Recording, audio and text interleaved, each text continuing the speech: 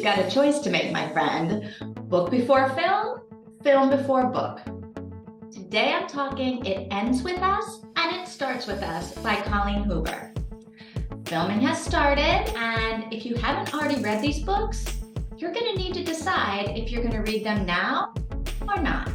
So today I'm giving you a rundown of what the books are about, who the characters are, and what their deal is.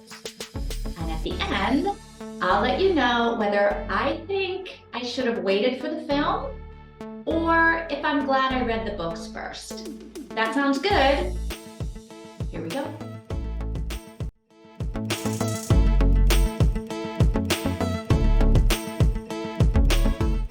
I wasn't paying attention when the book first came out, but and I don't necessarily think of Colleen Hoover as a romance writer, so I missed the publicizing of this novel as a romance. So if somehow you think this is a romance,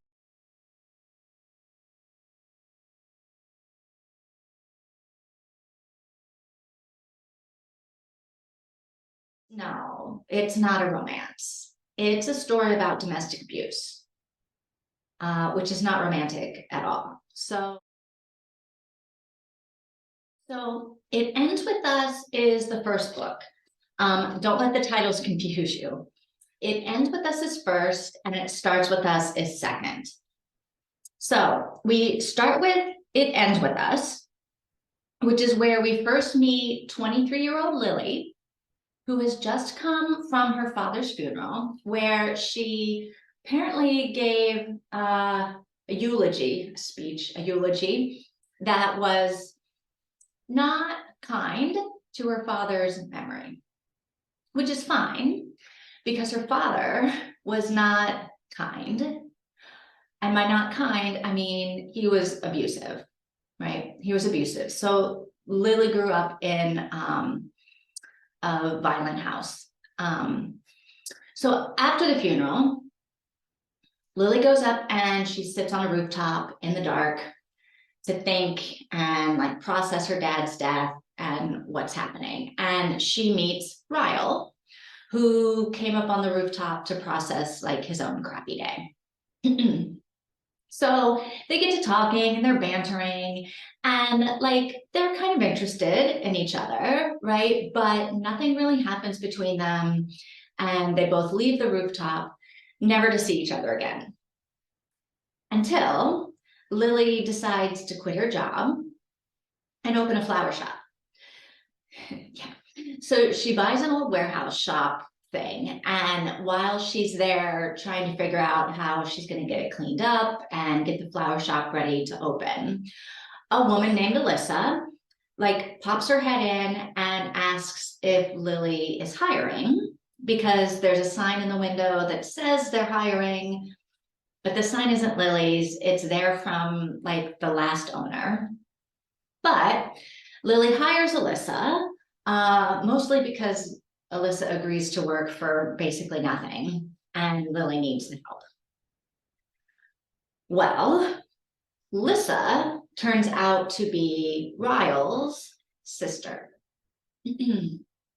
So Ryle is back in the picture, back in Lily's life. And of course, they fall madly in love, right? Because Ryle is handsome and charming, and he's a brain surgeon, right? So of course, they fall in love. While we're watching Ryle and Lily fall in love, we are also learning more about Lily's past, right? We get to go back in time. So when Lily and Ryle first meet up on that rooftop, Lily mentions to him that her first love, her first boyfriend, her first time was with a homeless guy. And she says it like it's a joke, for shock value or something, just to I don't know. I didn't like the way she said it. It seemed like such a harsh way to describe Atlas, because Atlas was not just some homeless guy that Lily picked up off the street. And so it bothered me that that was the way she talked about him. So Atlas. Okay, Lily met Atlas when they were in high school. So she's at home and she notices that someone is living in the abandoned house behind hers. And she finds out that it's a boy who goes to her school. And she can see that he takes the bus right to school with her. And she can see that he's getting dirtier and stinkier and skinnier. And she's like, crap, this kid is starving. And that house doesn't have electricity or running water. There's no heat. He needs some help. And so she takes him some food, right? Like makes him a bunch of sandwiches, takes him some food. And then she lets him into her house to take a shower, like secretly when her parents aren't home. She gives him some of her dad's clothes to put on. She helps him, right? And they become friends. And then they become more than friends. And then her dad finds out. And so you can imagine what happens then. Atlas is out of Lily's life. And even though he promises that he's going to come and find her when they're older and they can be together, years go by, right? Years go by. And Lily never hears from Atlas again. And she moves on. And now she's in love with Ryle. But Ryle turns out to not be as charming as everybody thinks he is. And Lily finds herself in trouble. And it's the same kind of trouble that Lily's mom found herself in. And now Lily's got to decide what to do about it. And she's got to decide what to do about Atlas, who has suddenly resurfaced. So this book is all about what Lily does next and why she does what she does and why she doesn't do what she doesn't do. This book puts you inside Lily's head as she's like going through the whole should I stay or should I go decision, right? And what happens if I stay and what happens if I go? And it does not feel like these were easy decisions, even though I know what I wanted her to do and I know what I think is the right thing to do. And I know what I would tell any of my friends if I found out that the person that they loved was being abusive to them, right? I would tell them to run for their lives, right? To get out, to go now, right? What are you waiting for? Time to go. And that's what Lily was telling herself too, right? She knew what she was supposed to do, but I wasn't sure she was going to do what she knew she was supposed to do. And I wasn't sure that she was going to do what I wanted her to do. It's heart-wrenching to watch her trying to figure it out, right? Because you really do get invested in Lily and Ryle and Atlas. And while Ryle is a bad guy, like he's a bad guy, but that's not all he is. And while Lily is, she's she's a smart woman. She has firsthand knowledge of domestic abuse, and she has really strong feelings about how she is never going to live like her mother did, right? But she's also a woman who is married to and in love with a man who's physically hurting her. So, what does she do? Does she stay or does she go? This is the spoiler-free video, and so I'm not saying what she does, but she does what she's going to do at the end of It Ends With Us. Okay, so let's talk about the next book. It starts with us, picks up like exactly the same moment that It Ends With Us ends. So it starts with Lily and Atlas running into each other on the street almost a year after Lily and Ryle's daughter is born. So yeah, there's a baby that complicates the whole should I stay or should I go, what do I do decision. And so It Starts With Us is about what happens next, right? How are Lily and Ryle and Atlas going to deal with Ryle and the abuse? And now there's a baby involved. So it's complicated and messy, as it would be, right? And I'm not going to get into what happens in this book so much because I'm not sure how to non-spoiler talk about it. But I will say that one thing we get to see, which I loved, is how Ryle's sister Alyssa and Ryle's best friend Marshall, who is also Alyssa's husband, how they deal with Ryle and Lily and the abuse, right? I mean, whose side are they on? What do they think about it all? I mean, like Lily is their friend, but Ryle is family. What do they do? Right? What would you do? Another thing that we get to see, which is interesting, is how Lily and Lily's mom deal with it, right? What is Lily's mom's reaction to the news that her daughter is in a domestic violence situation? What advice does she give Lily?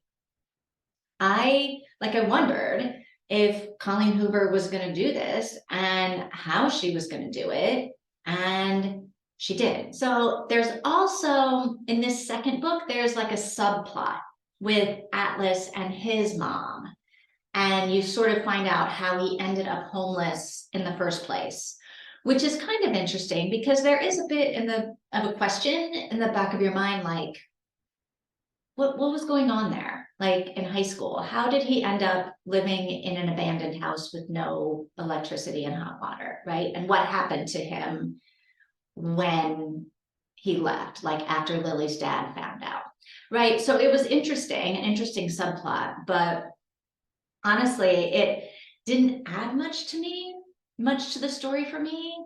I think I just was much more interested in the Lily and Ryle and Alyssa and Marshall and the baby part. I don't know.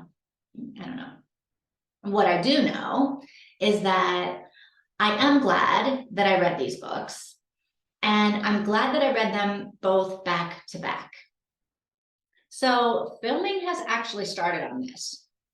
No idea when this is going to be released because they like literally just started filming a couple weeks ago. So, I mean, it's probably not going to be 2023. So that means you've got time to read the books. If your burning question is, should I read the books first? Should I watch the movie first? So my answer is, you should read the books now that you know who is playing everyone in the movie. This is what I wish I knew before I read the books. So let me run down the list of who is playing who, because I didn't know. And most of these people don't look the way I imagined the characters to look, right? And I'm not going to say that it's going to ruin the film for me because I don't think that it is. But yeah, it would have been nice to be able to visualize these people as Lily and Ryle and Atlas and the other characters while I was reading their story, because this is not how I pictured most of these people. So here we go. Read the books and picture this. Lily is Blake Lively, who I love. Yeah, so the 23-year-old version is Blake Lively, not the 18-year-old version, I don't think. There was an open casting call for young Lily, and I haven't heard if anyone was cast. So maybe Blake is also playing the 18-year-old Lily, but I don't know. So I love Blake Lively, and I hate that I am saying this right now because she is gorgeous. But yeah, she is older than the Lily that I pictured. I almost don't care because I just love Blake Lively so much, but she's definitely not the Lily that I pictured from the book. And so I need to adjust my brain a little bit for that. Honestly, I kind of like Emma Stone for this, but look, I'm gonna be fine with the goddess that is Blake Lively. Uh, she's not Lily. She's not Lily. But Blake Lively, I mean, have you seen The Age of Adeline? Oh my God, you gotta watch it. It's so great. All right, so Ryle. Justin Baldoni is Ryle. And I don't know this guy, but oh my God, he is handsome. I mean, wow. Yeah. So I didn't picture Ryle with dark hair. I don't know why. I don't know why. I didn't picture him with dark hair. But this guy, I could see him as Ryle. He also, though, is a little bit older. I don't know. Look, I could have also seen Ryan Reynolds as Ryle, even though Ryan doesn't seem to have a violent, tempery, scary man bone in his body. I don't know. I don't know. Maybe Ryan Reynolds. But Ryan's a bit older too. I don't know. I don't know. All right, Atlas. Brandon Skellner is Atlas. How old am I? I also don't know this guy. I feel a bit like my grandmother when we would talk back in the day about George Clooney or Brad Pitt, and she would be like, never heard of him. I don't know who these people are. Like, I don't know who he is. But I looked him up, thank God for the internet. We didn't have the internet back when I was talking to my grandma. So I think I pictured Atlas as being more like Milo Ventimiglia, right? And is Brandon Skellner like that? I mean, the picture on his Wikipedia page definitely looks like the Atlas in my imagination. But some of the other pictures that I've seen of him online, I'm like, not really the Atlas I pictured, but maybe, maybe. I've seen I've seen some pictures of Lily and Atlas together from the filming, and I'm like, maybe, maybe. All right, Ryle's sister Alyssa will be played by Jenna Slate, and Hassan Minaj is Alyssa's husband, Marshall. And I know I just said his name wrong. Okay, neither one of these look like the Alyssa and Marshall that I had pictured. I think maybe it's because, all right, I pictured Marshall looking more like Marshall from How I Met Your Mother. And now that I've said that, I probably actually pictured Alyssa to look more like Lily from How I Met Your Mother. So yeah, none of these people look like the people that I pictured in my head when I was reading this book. How is that possible? How did I get it so wrong? Right? I'm curious, if you have read these books, what do you think? Like, let me know in the comments. Did you picture Lily looking like Blake Lively? Like, did you picture these people? I didn't. I didn't. But look, it's not off enough to ruin it for me, I don't think. But yeah, I mean, I really got them wrong. I got them wrong. So if the burning question in your brain is book before movie or movie before book, my answer is this. Now that you've seen what the characters in the movie are going to look like, you should definitely read the books before you see the movie. So I obviously can't tell if this is going to be one of those the book is better than the movie or the movie is better than the book situations because like the movie hasn't been made yet. But I've read the books and the book is pretty darn good. So my gut says book better than movie? Blake Lively, though. I mean, come on, how can a movie with Blake Lively in it not be great? Side note, if you want to cast Blake Lively in a book movie, I definitely pictured her as Addie LaRue. If you read The Invisible Life of Addie LaRue by V.E. Schwab, did you also picture Blake Lively as Addie? All right, that's all I've got to say for now about It Ends With Us and It Starts With Us. Maybe I'll do another video when the movie does come out and we can talk about everything. And if you would love to do that with me, let me know. We can make that happen. That would be fun. Also, if you've read these books, don't forget to leave a comment and tell me what you think about the casting and the characters. And if this is what you thought that they looked like in your imagination.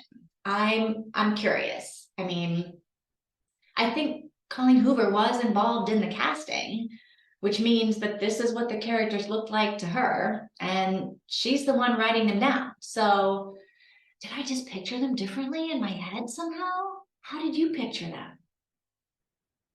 I can't get over this. I'm over it. I'm over it. Okay, I'm out of here. But if you liked this video and you want to see more, don't forget to subscribe and hit the notification bell so you don't miss anything new.